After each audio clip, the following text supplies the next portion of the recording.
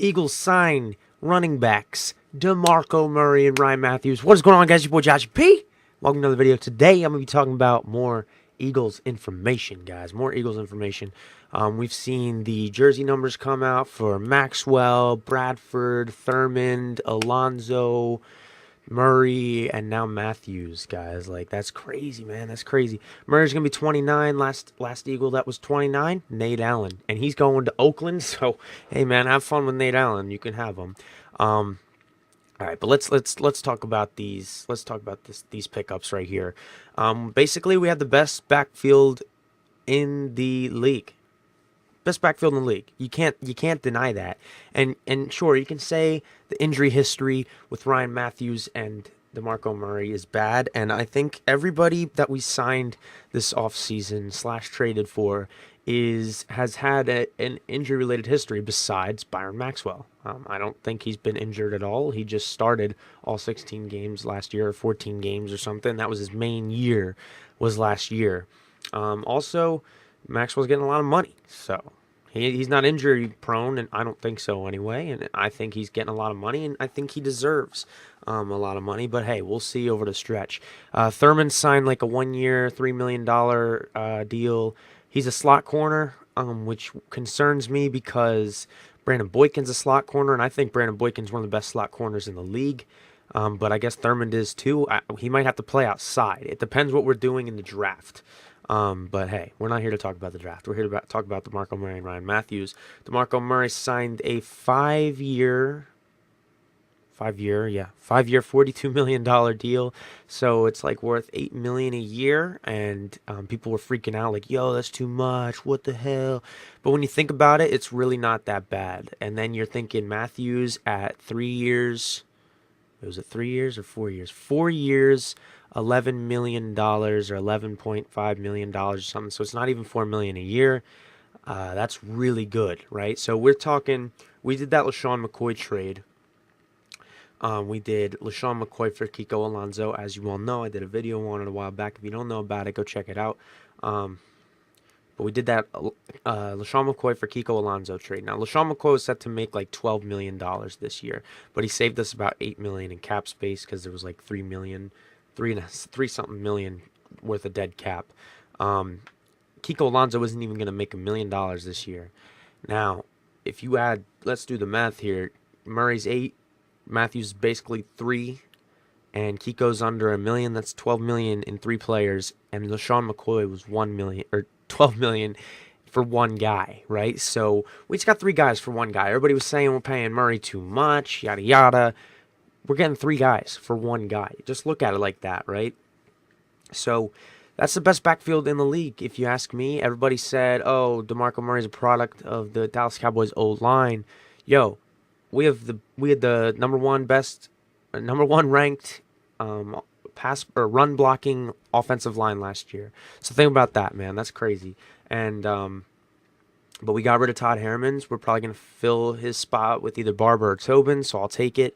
Hey, Barber was really good last year, but he got a high ankle sprain or something like that and couldn't play. Tobin did a decent job filling in. What can you say, man? As long as Jason Kelce, Peters, and Lane Johnson stay healthy, I think we're looking at a good offensive line, man. I just think we need to keep 5 guys consistently in line, all right? If we do that, amazing run team. Now, granted, the Cowboys have a much younger line than we do, but I think Chip is starting to really do what he wants with this offense. Now, what do these moves mean? They mean that Chip Kelly wasn't very high on LaShawn McCoy because, hey, DeMarco Murray is making a lot of money, LaShawn McCoy is making a lot of money, and he went and got another primetime back after he traded LaShawn McCoy. So, and then this also tells us that Chip Kelly really wasn't happy with the offensive production last year. 2013 was a really good year. We led the league in scoring, I believe, and like we set records and stuff. And last year we broke our scoring record, but I mean, like, look at these games that we had that if we would have created more offense, they would have been completely different. The Niners game, the second game against Dallas. There's a lot of games that could have went better. The game against Washington that basically knocked us out of the playoffs. There's a lot of things that could have gone better, and I think Chip revamped this team in a big way. Now let's look at the holes that we have left. We still need another cornerback, in my opinion. Thurmond isn't a starting outside corner, if you ask me. We have Nolan Carroll, who can play outside, but I don't know. And then you got Jalen Watkins. Can he play outside? He's a second-year guy. Didn't really get a lot of snaps last year. You might want to give him a shot. I don't know. So we need another cornerback, in my opinion. Trey Wayne's in the draft. Jalen Collins in the draft, because there's not a lot of guys that are left. There's Chris Culliver, but as far as I know, Chip didn't want him. Then we're looking at safety. There's not a lot of safeties left to go out and get.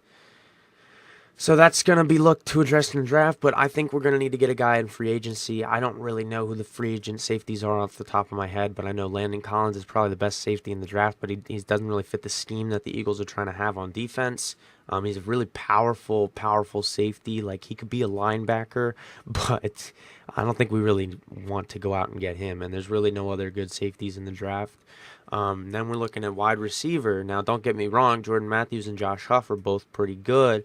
Riley Cooper had a good year in 2013, but I don't know how much he can do now. He had a shit 2014 year, so he's looking to bounce back, but I don't think Cooper can be your number one. Jordan Mathews is in the slot.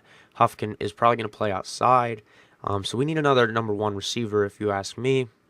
I wish we would have kept Jeremy Maclin, man, but shit happens. What are you going to do? Someone offered him more money. There's Dwayne Bowe is a free agent, but he's probably going to be making a decent amount of money. Hey, Evan Mathis is just on the trade block now, so I think that Chip is going to go out to get a receiver with Evan Mathis. Hey, if we can get a receiver and a pick for Evan Mathis, man, I love Evan Mathis. He's a great guard, probably one of the best in the league, probably top 5 guard in the league. But what are you going to do, man? Needs are needs, and linemen in this draft are really easy to replace. Or not easy, but it's a decent lineman draft. I think it's a better wide receiver draft, though. So, I mean, if we kept Evan Mathis, hey, he's 33, though. Like, really, if we don't get rid of him this year, we're going to be, like, regretting in the future. I mean, he's only making, like, $6.5 million, but, hey, that frees up a lot of cap space that we actually need now, considering Sam Bradford's taking up $13 million in cap space. We don't have a hole in our backfield anymore, but I think Alan Barber will fill in for the right guard. But if we get rid of Evan Mathis, we're going to need a left guard. And we got wide receivers. So safety, cornerback, wide receiver, and a guard spot if Alan Barber isn't going to cover it. So got a lot of holes left still, Chip. So, I mean, you got to be making some moves. I know it's only like the third day in free agency now. Fourth day in free agency, opened up Tuesday. So Tuesday, Wednesday, Thursday, Friday now. I wanted to make this video yesterday, but I actually wasn't home, so I couldn't. But hey, this is what it is. I'm making it today. And I thought I'd just give you guys my thoughts. And hey, I want to say real quick, thank you guys for all the support lately. You guys have been blowing up my YouTube channel like insane. I've got like 2 videos that hit over 1,000 views. My McCoy video has over 2,000, and like these regular videos are getting like a shitload of views too. So like, thank you guys for the support. Thank you all for the new subscribers. Welcome, guys. And go follow me on Twitter. I talk Eagles like all the time. So if you want to talk about the Eagles with me, it's at the JoshieP. You can follow me on Twitter and hit me up on Instagram and subscribe if you're new. Don't forget to leave a like on the video. If we can hit over 20, that'd be pretty cool, guys. If you're still watching, I appreciate you. I love you guys. My name is Josh. See you guys later. Deuces.